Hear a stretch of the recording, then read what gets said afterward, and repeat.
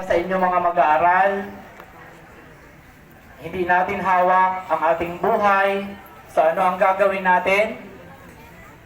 Palagi tayong mag-ingat, at mag-ingat. So iingatan natin ang ating buhay dahil ang buhay natin ay iisa lang. Narinig ko kanina, sinabi ni Ma'am, katulad ninyo, si Janine siguro ay katulad din ninyo, maraming pangarap sa buhay.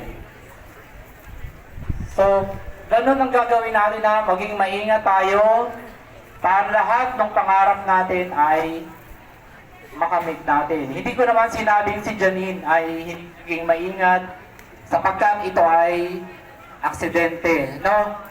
Aksidente kasi ito. Pero aksidente ay talagang maiiwasan natin kung tayo ay naging mas maingat. So, ganun ang gagawin natin. Paalaala sa inyo.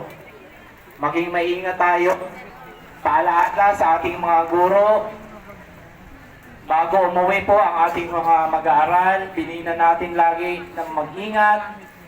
Kasi alam naman po ninyo, ang sa labas natin kapag uwian, kapag pasukan, maraming mga sasakyan.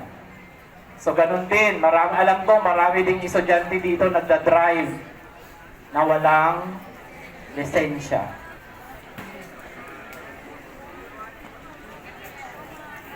Diba? Maraming nagda-drive na walang lisensya. Kasi bago kayo bigyan ng lisensya, dapat kayo ay may training, nakapag-aral, para alam ninyo yung mga rules ng kalsada, traffic rules. So, paalaala po sa ating mga guro, lagi po nating bilinan ng ating mga mag-aaral na maging maingat. So, ganun din po sa labas. Alam ko, meron na rin pong nagawang aksyon ang barangay.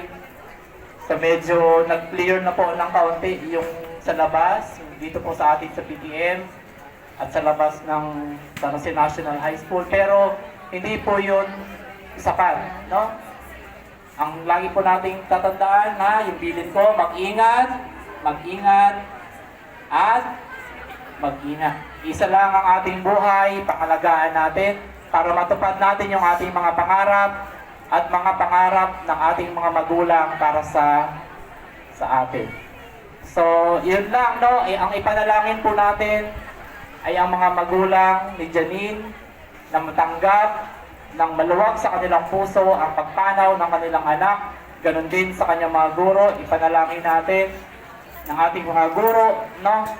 At inyo kayong mga mag-aaral na matanggap natin ng maluwag ang nangyari sa kanya sapagkat ito nga ay accident. So walang may gusto ng nangyaring ito. So, tanggapin natin ng maluwag pagkakat nakakalungkot. O, nabigla ang lahat. So, yun lamang. So, ngayon po, no, papauwi tayo.